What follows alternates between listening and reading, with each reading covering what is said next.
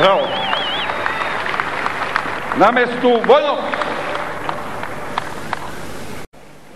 Evo ga, general Đukanović, pogledaj.